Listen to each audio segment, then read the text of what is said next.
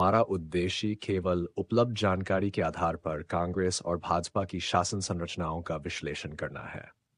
इस विश्लेषण का कोई भी राजनीतिक रुख नहीं है और यह पूरी तरह से तटस्थ दृष्टिकोण से प्रस्तुत किया गया है। आइए भारत के दो राजनीतिक दिग्गजों कांग्रेस और भारतीय जनता पार्टी भाजपा की शासन संरचनाओं पर करीब से नजर डालते हैं। दोनों पार्टियों ने देश की दिशा तय करने के अपने अलग-अलग रास्ते बनाए हैं और हर एक अपनी अनूठी नेतृत्व शैली, निर्णय लेने की प्रक्रिया और शासन के तरीकों को दर्शाता है। तो चलिए हम ये समझने की कोशिश करते हैं कि ये दोनों पार्टियां कैसे भारत में शासन करती हैं, सिर्फ सत्ता के गलियारों में ही नहीं, बल्कि अपने राजनीतिक सिद्धांतों की जड़ों से भी। पहले बात करते हैं कांग्रेस की। यह एक ऐसी पार्टी है जिसका इतिहास भारत के स्वतंत्रता संग्राम से गहराई से जुड़ा हुआ है। कांग्रेस खुद को धर्मनिरपेक्षता, समाजवादी लोकतंत्र और समावेशी विकास की मशाल के रूप में देखती है।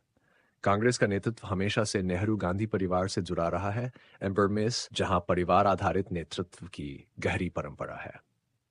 कांग्रेस अध्यक्ष इस पार्टी की बागडोर संभालते हैं, लेकिन यह कभी भी एक व्यक्ति की पार्टी नहीं रही है।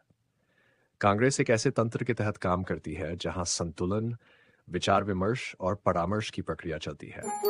कांग्रेस वर्किंग कमेटी सी, जिसमें देश भर के वरिष्ठ नेता शामिल होते हैं, पार्टी के निर्णय लेने की वास्तविक मशीनरी है। यहीं पर नीतियों पर चर्चा की जाती है, रणनीतियां बनाई जाती हैं और प्रमुख फैसले लिए जाते हैं। यह दृष्टिकोण आम सहमति बनाने पर आधारित है। विभिन्न राज्यों के नेता जो अलग अलग क्षेत्रों और सामाजिक पृष्ठभूमियों का प्रतिनिधित्व करते हैं, अपनी आवाज उठाते हैं। इसका ढांचा बहुस्तरीय है, जहां राष्ट्रीय स्तर पर अखिल भारतीय कांग्रेस कमेटी एआईसीसी एक महत्वपूर्ण भूमिका निभाती है, परमी है, जबकि महासचिव और राज्य नेता क्षेत्रीय संचालन और अभियानों को संभालते हैं। नीतियों के मामले में कांग्रेस परंपरागत रूप से एक मिश्रित अर्थव्यवस्था के मॉडल का पालन करती है, जहां राज्य नियंत्रण और निजी उद्यम का संतुलन होता है। कांग्रेस की नीतियां समाज कल्याण के प्रति गहरी प्रतिबद्धता से प्रेरित होती हैं। चाहे वह गरीबी उन्मूलन कार्यक्रम हो, रोजगार सृजन योजनाएं हो या हाशिए पर खड़े समुदायों को ऊपर उठाने का प्रयास हो, कांग्रेस राज्य की शक्ति का उपयोग करके विकास और समानता लाने में विश्वास करती है। धर्मनिरपेक्षता इसकी विचारधारा की एक मूलभूत अवधारणा है। कांग्रेस का मानना है कि भारत की विविधता को संरक्षित रखना और शासन में धार्मिक सौहार्द और समानता की रक्षा करना आवश्यक है।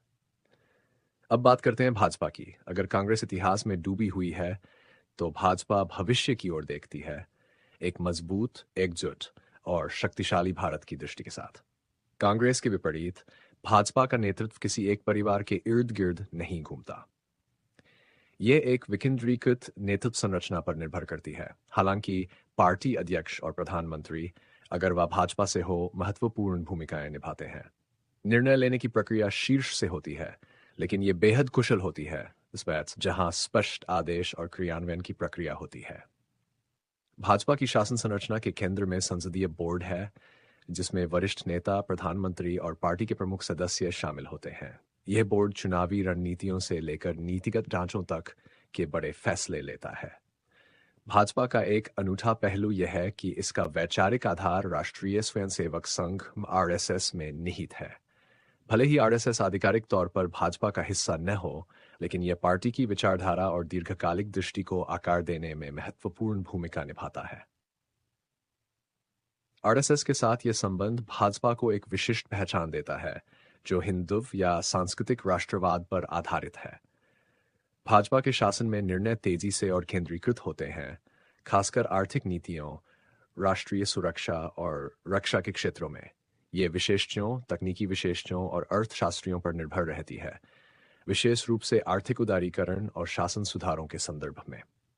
जहां कांग्रेस आम सहमति बनाने में विश्वास रखती है, वहीं भाजपा अधिक निर्देशात्मक दृष्टिकोण अपनाती है, केंद्र से आदेश जारी करती है और सुनिश्चित करती है कि राज्य इकाइयां केंद्रीय नेतृत्व के दृष्टिकोण के साथ तालमेल बनाए रखें। जब भाजपा सरकार में होती है, तो इसका शासन आर्थिक उदारीकरण, राष्ट्रवाद और मजबूत केंद्रीय नियंत्रण के स्तंभों पर आधारित होता है। भाजपा का मानना है कि व्यवसाय में सरकार की भूमिका को कम किया जाना चाहिए, निजी उद्यम को प्रोत्साहित किया जाना चाहिए और विदेशी प्रत्यक्ष निवेश को बढ़ावा दिया जाना चाहिए। मेक इन इंडिया और डिजिटल इंडिया जैसे कार्यक्रम भाजपा के इस दृष्टिकोण का उदाहरण है कि भारत को एक वैश्विक निर्माण और तकनीकी महाशक्ति में बदला जाए। राष्ट्रवाद भाजपा की पहचान का एक प्रमुख हिस्सा है। इसकी नीतियां अक्सर भारत की संप्रभुता की रक्षा पर केंद्रित होती है, चाहे वह राष्ट्रीय सुरक्षा हो या सांस्कृतिक गर्व। भाजपा सीमा सुरक्षा और विदेशी नीति पर एक मजबूत रुख अपनाती है और जब देश के हितों की बात आती है तो कोई समझौता नहीं करती।